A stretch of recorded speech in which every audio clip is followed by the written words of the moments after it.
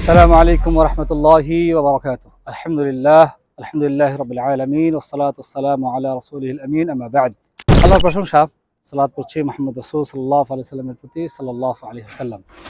সম্মানিত দিনী ভাই বন্ধুগণ, আজকে ইয়াউমুল জুমআহ অর্থাৎ জুমার দিন। বিশেষ করে রাসূলুল্লাহ সাল্লাল্লাহু আলাইহি ওয়াসাল্লামের প্রতি দুরূদ পড়ার অনেক ফজিলত রয়েছে। স্পষ্টভাবে নানা হাদিস থেকে এটা আমরা জানতে পারি।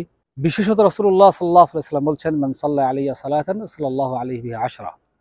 একবার যদি রাসূল সাল্লাল্লাহু আলাইহি ওয়াসাল্লামের প্রতি দুরূদ পড়ি, তাহলে এই বিনিময়ে কিন্তু 10 বার আমাদের উপর শান্তি বর্ষিত হবে। তবে আমাদের আলোচনার বিষয় এটা না।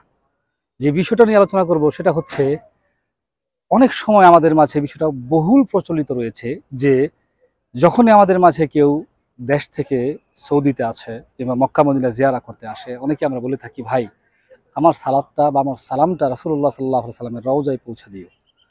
এমনভাবে বলে থাকি যেন ওই দেশের ব্যক্তিটি রাসূলের প্রতি সালাত পড়তেই পারে না, কিংবা যদি কেউ সালাত পড়েও তাহলেও তার কি হবে না, সালাতটা রাসূলুল্লাহ সাল্লাল্লাহু আলাইহি ওয়াসাল্লামের কাছে পৌঁছবে না।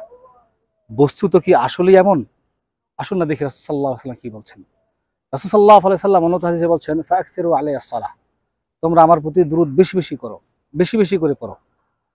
ফাইন্না সালাতাকুম তাবলুগুনি হাইসুমা কুনত, অর্থাৎ তোমরা যেখানেই থাকো না কেন, যে অবস্থাতেই থাকো না কেন, যে জায়গা থেকে আমার উপর সালাত এবং সালাম পড়ো না কেন, সেটা কিন্তু আমার কাছে পৌঁছে যায়।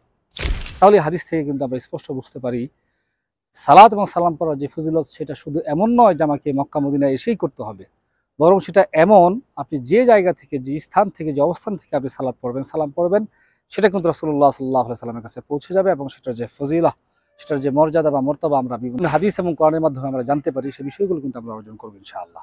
তাই আসুন, এমন কোনো কিছু বলা থেকে আমরা বিরত থাকি যেটা হাদিস সমর্থন করে না, কিংবা যেটা রাসূলুল্লাহ সাল্লাল্লাহু আলাইহি ওয়াসাল্লামের জীবন থেকে আমরা পাই না, এবং সরাসরি আমরা রাসূলুল্লাহ সাল্লাল্লাহু আলাইহি ওয়াসাল্লামের প্রতি সালাত পড়ি। সকলে বলি সাল্লাল্লাহু আলাইহি ওয়া আলিহি ওয়াসাল্লাম। দিনী ভাই বন্ধুগণ, আল্লাহ রাব্বুল আলামিন যে কথাগুলো শুনলাম, সেগুলো আমি সহ আপনাদের সকলকে আমল করার তৌফিক দান করুন, আমিন। হাযা মা ইনদি ওয়াল ইলমু ইনদাল্লাহ, আল্লাহু তাআলা আ'লামু বিস-সাওয়াব, ওয়া সাল্লাল্লাহু আলা নাবিয়্যিনা মুহাম্মদ। আসসালামু আলাইকুম ওয়া রাহমাতুল্লাহি ওয়া বারাকাতুহু।